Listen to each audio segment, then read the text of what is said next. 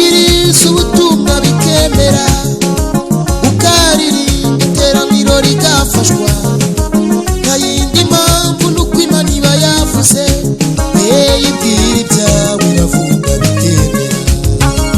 Kristo marari yaradukunze ndumva nayiheka, kuvuga ngo ngiye gupfa ko ntibazi ibyo narokotse byinshi badahari, narokotse byinshi badahari. Hari ibintu narokotse ku buryo numva ari igishoro cya none. Hari ibintu narokotse, twebwe ntabwo turi abana bavutse nk'uko muvuka mukundwa na bose, ariko twe turi muri Ezekiel 16 ngo nuko ndebye aravuga ngo baho Yesu we ambona ndi mwivata.